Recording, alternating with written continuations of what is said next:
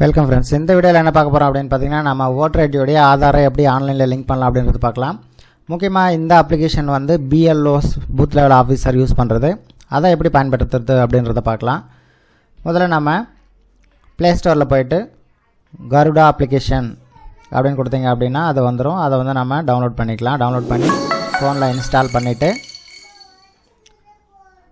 அதுக்கு அடுத்தது பார்த்திங்கன்னா யூசர் நேம் பாஸ்வேர்ட் கேட்கும். அந்த யூசர் நேம் பாஸ்வேர்டில் பார்த்திங்க அப்படின்னா அந்த பிஎல்லோடைய ஃபோன் நம்பர், அதுதான் யூசர் ஐடி, பாஸ்வேர்டு அவங்களுடைய நம்பர் தான்.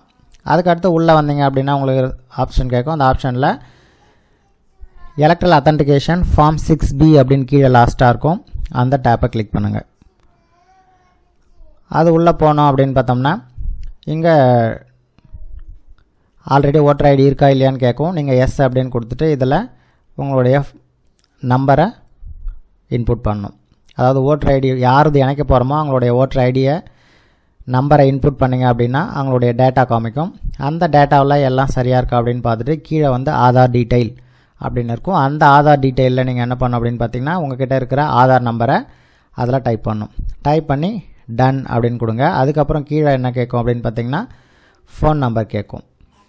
அந்த ஃபோன் நம்பரில் அவங்க இப்போ பயன்படுத்துகிற ரீசன்ட் ஃபோன் நம்பர் கொடுங்க. அந்த ஃபோன் நம்பரை கொடுத்துட்டு அதுக்கு கீழே பார்த்தீங்க அப்படின்னா ப்ளேஸ் கேட்கும்.